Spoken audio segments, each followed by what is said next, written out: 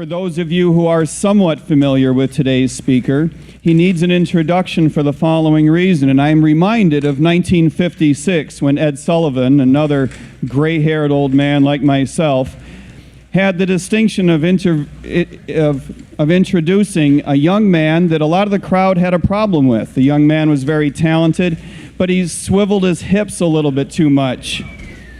But when Ed Sullivan said that Elvis Presley was a very nice young man and you can trust him with your television, everybody did so. So here we have another very young, very nice man who I am telling you, you can trust. He is going to swivel his hips a little bit too much for some of you, but he is a true libertarian. So please give it up for Spike Cohen.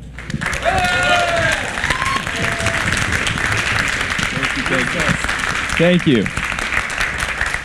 Had I known I was going to be expected to swivel my hips, I would have done some calisthenics before I got up here. So probably going to hip swiveling to a minimum. I don't want to bother you too much while you're eating. Famous last words. So I just wanted to talk briefly about something that I'm actually seeing that is already happening in the party, and I'm really excited about. And then I guess we can do some Q&A to round things off if anyone has any questions for me, and if not, then I'll sit back down and we can all enjoy our box lunch together.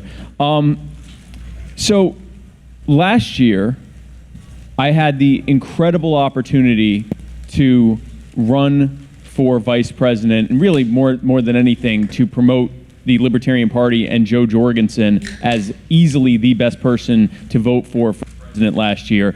That was an incredible honor and opportunity. As I've said before, it is second only to Tasha saying yes when I asked her to marry me, and then later saying I do when she was asked in front of other people if she'd marry me. It is only second to that for the biggest honor that I've ever had. And I thank all of you, or I guess I thank any of you who voted for me for the nomination for your part in that. What I noticed in the party is, and I think it started with, if you remember, our party started in Luke Zell in his living room in, I believe, forgetting where now in Colorado. I think it's not Vail. Anyway, wherever. Started in someone's living room. And we've grown to what we are now. Somewhere along the way, if you think things look, like we look outgunned now, imagine when it was a handful of people in someone's living room. Imagine the first couple decades where there were few to no elected libertarians, where, libertarians, it was mostly a club that was fashioned after a political party. We're now we're well out of startup mode at this point. We are a political party. We are in all 50 states. We have, hundreds of elected libertarian officials. We're gearing up for that next level. Somewhere before that, when things looked a lot more dire, and when losing was just, it was going to happen. Any race we were in, we were going to lose. I think it started as a coping mechanism from the best I can tell, talking to people that have been in this party since before it was even a party, 60s, 70s, and 80s. And I think it turned into a culture. So I think what started as a coping mechanism to losing, a way to cope with losing, turned into a culture of losing. Who here was at the opening ceremony or pep rally or whatever we called it last night? Who here was at that? Okay. Who here heard the final speaker, Tubb, when he was running for city council? Who liked what he had to say? Okay, good. No, that's good. That's good, because Tubb said a lot of things that I don't think anyone expected. He was expected to talk about his run for city council, which he did, but then he talked about the problems that he saw in our messaging, in our culture, in our structure. And it's something that we don't talk about a lot because we're all here together. We all agree. We're all trying to encourage each other. We already have so much opposition against us. There's this hesitance to bring up things that need to be changed for us to get to the next level that we need to get to. And I'm glad that Tubb brought it up, because now I'm going to drive it home now. I believe that we have a culture that is based on, and I'm seeing it changing, but we have had a culture that is based on having these huge aspirational goals. We're going to end wars. We're going to end taxation. We're going to end the Fed. We're going to end the war on drugs. We're going to end police brutality. We're going to end all these terrible things. We're going to set the world free. We're going to end the cult of the omnipotent state. We're not just going to make political changes. We're going to make cultural changes. And then when we don't win, we say the system is rigged, the media has failed, government has failed us, most people are idiots, all hope is lost.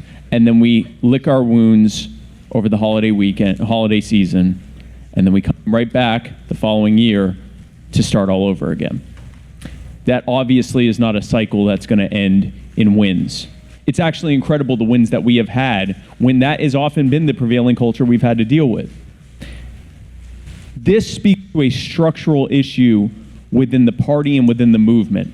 Now, my background's not politics. The reason none of you knew who the hell I was 2 years ago, maybe a couple of you did, but almost none of you knew who the hell I was 2 years ago, is because my background's in business. My background's not in politics. I started a web design company when I was a teenager, and I retired from that a few years ago, and that has been what I do. And in my web design, I became sort of a de facto startup consultant, because when people would come to me and say, we need a website, and I'd say, great, what do you do? We sell such and such. Okay, cool. What's your market? I don't know. Okay, where's your service area? No, I don't know that either. Oh, okay, what's your price range? We're working on that. Oh, okay, who are the principals? What's that? And I really, how are you going to pay me? We were hoping you could take a percentage. What ended up happening more often than not, and this actually happened hundreds of times, was that they'd come to me for a web design, and before I knew it, I was a partner. And we actually had a decent amount of success in that model. And here's what I've seen. In order for any organization, business, political party, a church, a club, whatever, any organization of people to be able to work, that isn't government, of course, because government works by extorting people and forcing them into it. So any voluntary organization, in order for it to work and to accomplish its goals, it has to have the aspirational goals, and then it has to have the long-term means of achieving that, and then it has to have the short-term tactical things that it's going to take on, and then it has to have a structure of who's going to do those things. I'm starting to see that. I'm very happy to see at these conventions and in talking with people that we all got the same message from this last election, that instead of letting the momentum die that we had, we're going to continue moving forward with it. We're going to continue running for local offices. We're going to continue growing local affiliates. Remember when I told you I wasn't going to bother you for too long? We're going to continue growing local affiliates. We're going to do the things we need to do at the grassroots to be able to grow this party up to accomplish all of the goals that we have. So I'm happy to see that. And I'm happy to see that we're seemingly, at least from what I'm hearing talking to people, we're on the same page with this. The beauty of being able to look at the past is that we can apply that to what we're doing in the future. And I think that when we look at how do I put this in a nice way?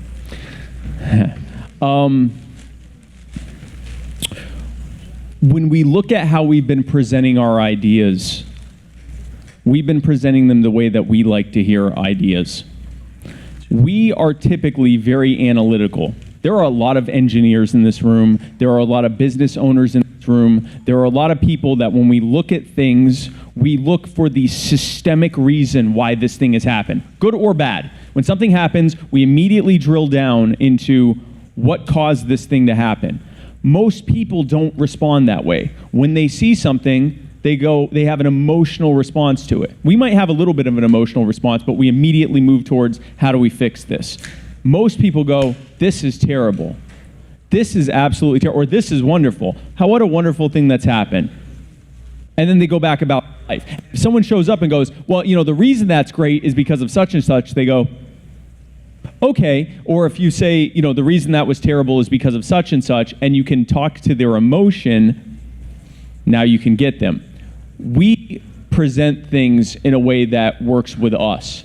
We go straight to the solution. That doesn't work. I was actually just doing a little breakout session over across the hallway with elected or with candidates who are running for offices here in Florida. The way that we need to message things is the way that works with any kind of marketing. And people get upset when I say this, but politics is a form of marketing or sales. You are marketing and selling the ideas of liberty. You are marketing and selling your candidacy for whatever office you're running for. You are marketing or selling the Libertarian Party or your local affiliate. This is sales. It is a form of sales. And the way that you can successfully message anything that you are selling is first you start with empathy. There's an old phrase in sales: no one cares what you know until they know that you care. Right?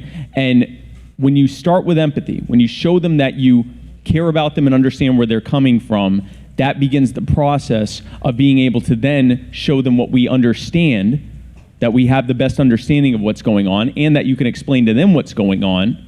And then from there, you can take them on the solutions to fix that. So what I'm seeing in this party, and I'm very happy to report this, and I'm seeing this in state conventions across the country, is that we are getting this. We are getting that we have to meet people where they are and message to them the way that they want to hear it.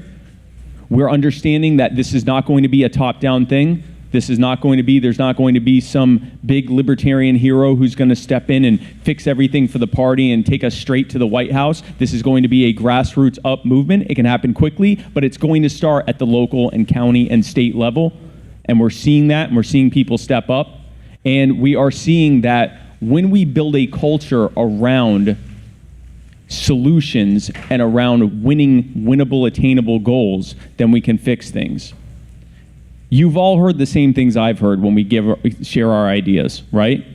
We all hear those objections that people had. We've seen the opinion polls from people that anywhere from 65, 70% of Americans say that they want a viable third party. And then we show up and we go, that's fantastic news. We're the Libertarian Party. We're the third largest political party in the country. We're a viable party. You can vote for us. And then they look at us and go, no, I'm in a party that can win. And we get really angry, right? Because, well, it would be a lot easier for us to win if you voted for us.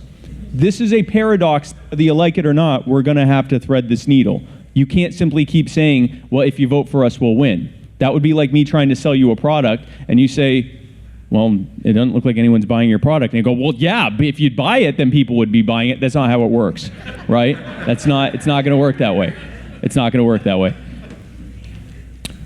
Here are the reasons people don't vote for us. And we've all heard these things. Number one, probably most infuriating one, there's no point to it. There's nothing we can learn from it. You can't win. Well, yeah, we can if you vote for us. What they're saying is, I am scared to give you my vote when I think there might be someone who's less terrible than someone else, and they have what I perceive to be a chance of winning that race.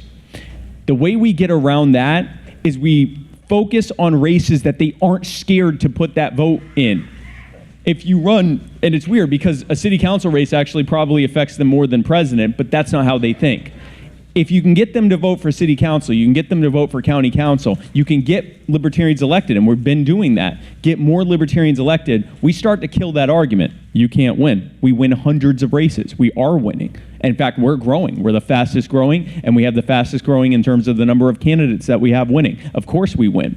In this last special election cycle that we had back in April, the Libertarian Party won more than half of the races that we ran candidates in. Let me say that again.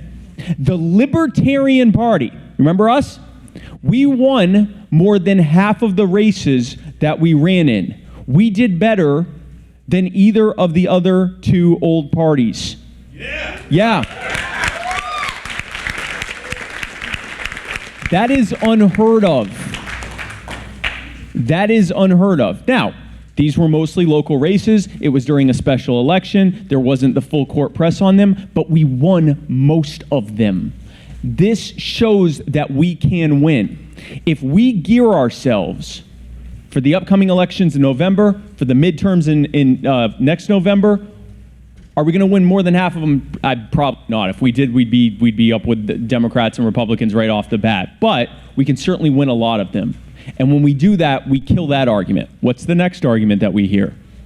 Well, your ideas sound good, but are they going to work? When libertarians are elected and in places of government, you can point to them and say, yes, they do work. Yes, Cassandra Fryman is nullifying speeding tickets and marijuana possession convictions. Yes,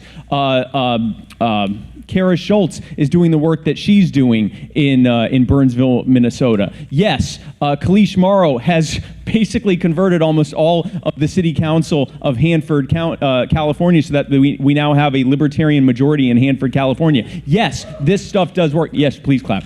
You can. So Jeb Bush had please clap. I have don't let me stop you from clapping. Similar dynamic. What's the other objection that we get? I only hear from libertarians for a few months every 4 years. That actually has some truth to it. This is what we're fixing. We can fix this one by always being there, by being involved in our communities. When people come up to me and say, I'm running for such and such, or I am the chair or the secretary or involved in the such and such county Libertarian Party, what can I do? I say the same thing every single time. And so hopefully I'm saving a little bit of time because I'm sure a few of you might have asked me this. Get involved in your community.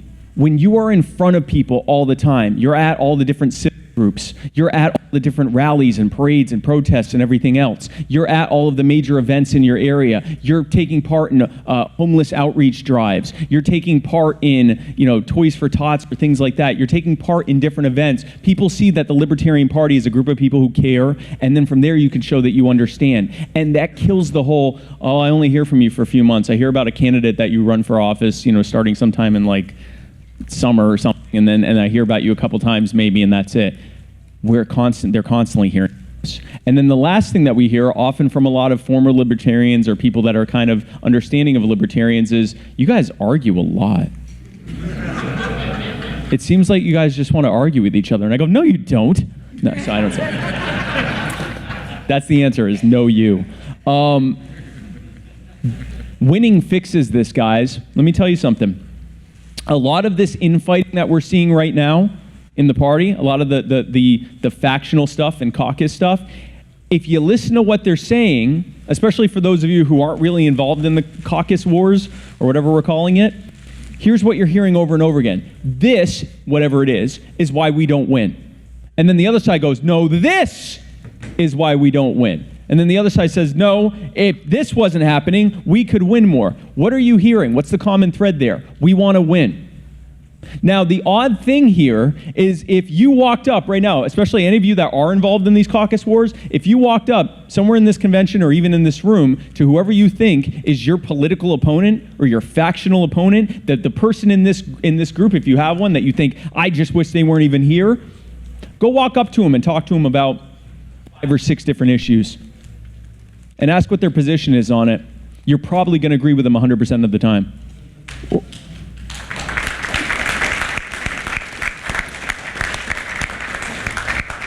You're also going to agree with them on the fact that we need to win. And here's where having a winning strategy works. When we give people something to do, when we give them actionable items to work on instead of just nesting and attacking each other, not only do we start winning, but the bickering goes down too. Here is what I'm going to admonish you to do. I don't know, I think admonish is the wrong word to you. Here's what I'm going to lovingly encourage you to do.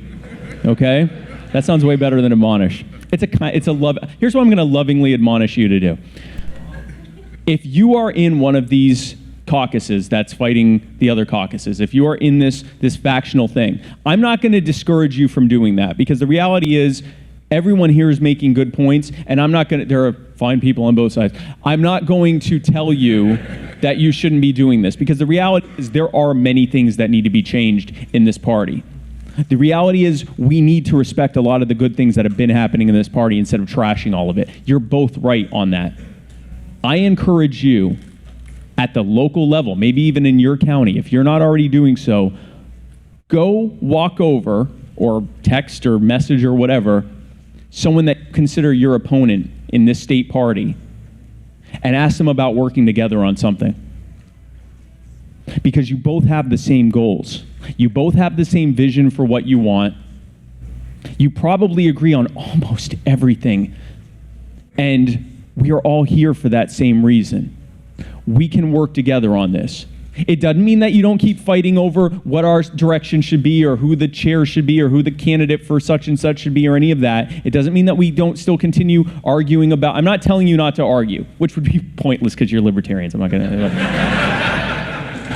But what I am telling you is that in your arguing, you can still work together. Because one cool thing about libertarians is we can compartmentalize that stuff. We can have this knockdown, drag-out debate and then turn around and get back to work. So let's do that. Let's get to work. Let's get involved in our communities. Let's build that culture of winning in our state and local affiliates. Let's get candidates elected, and let's win for liberty. It is going to happen when we do that work. Thank you.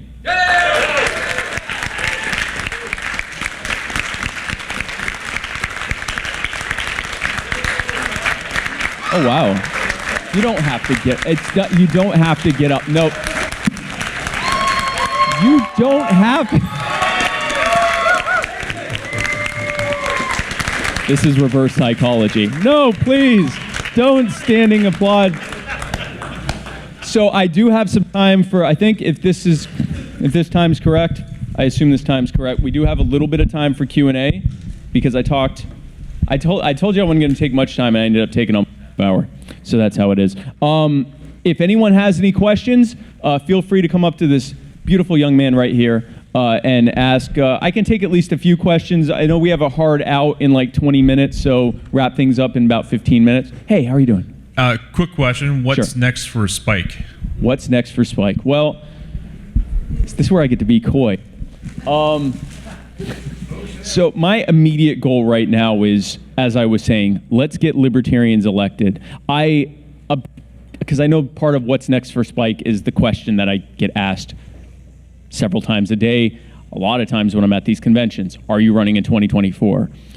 We need to focus right now on races that we can win, that people are running in right now. Marta Bueno. Thank you, James. We need to focus on Marta Bueno and Tubbs and Matthew Crowley. Like, we need to focus on the people that are running. Jim Turney is running for re-election.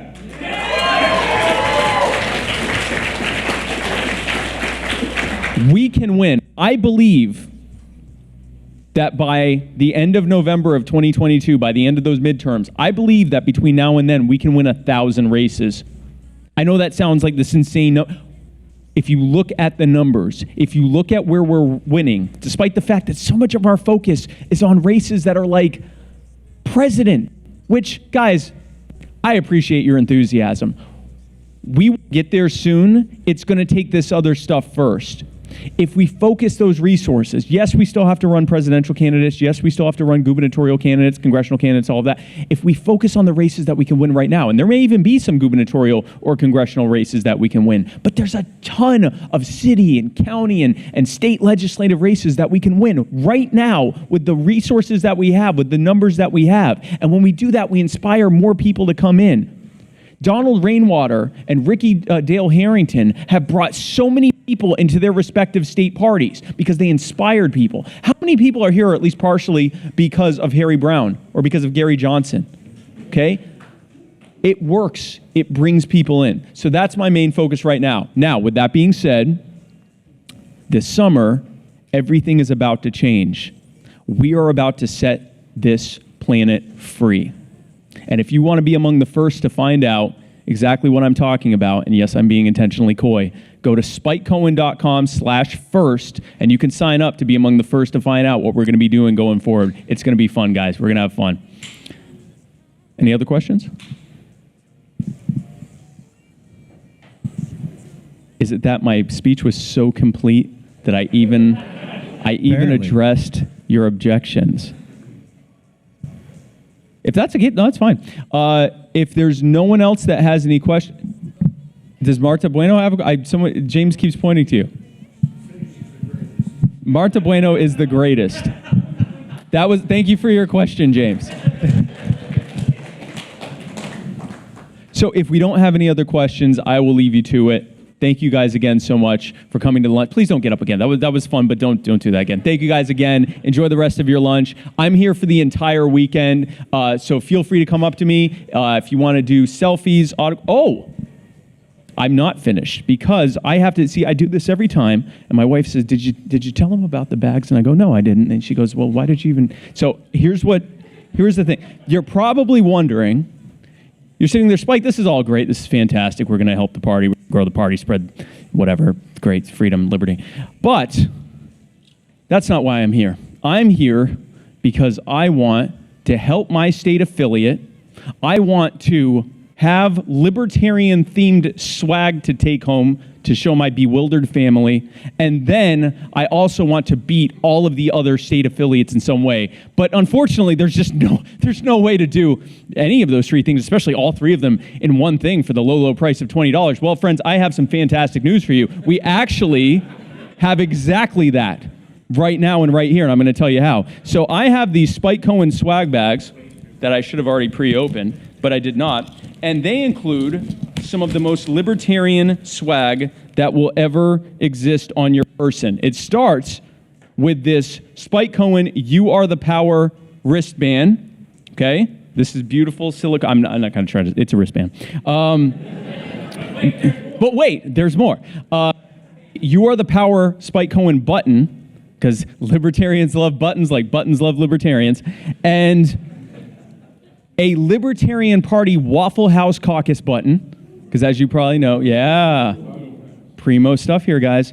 And then finally, for normal people that you'd want to show something that won't understand all the inside jokes, a signed portrait of me, and I will put your name on it. I'll personalize it for you. All of this, again, for the low price of $20, and all of the proceeds go to the Libertarian Party of Florida to help with everything that you guys are doing here. Now, you're thinking, okay, great, that solves the Help Florida thing and that solves the swag thing, but how do I get to beat up the other 49 states? Well, I've been keeping count, and I've been going state to state and getting them to buy more than the previous state. So right now, the current record is held by the Libertarian Party of Colorado. Boo. I don't know why I'm booing Colorado. I don't have a problem with they're good people, but we're booing them for this. They currently have the record with 45 swag bags sold. How would you like for me? Karen Ann Harlos is here. Yeah, she is the secretary, the newly minted secretary. Well, she's the secretary of the National Party, but she's now the secretary of the Libertarian. How would you like to be able to walk up to Karen Ann Harlos and say, "Hey, Karen Ann, nice state"? I don't know what insult you would use, but how would you like to go up to her and say, "I just helped beat your state"? That's what you can do, folks. Low price, $20, help your state affiliate, get swag, beat Colorado, all the things that you wanted to do when you got here. If you want to get a swag bag, just come up to me. I'd be happy to do one. $20, you can either pay in cash or you can make a donation directly to Libertarian Party of Florida and show it to me. Either way, I'd be happy to give you one. And again, thank you guys so much. Enjoy the rest of your lunch. Thank you.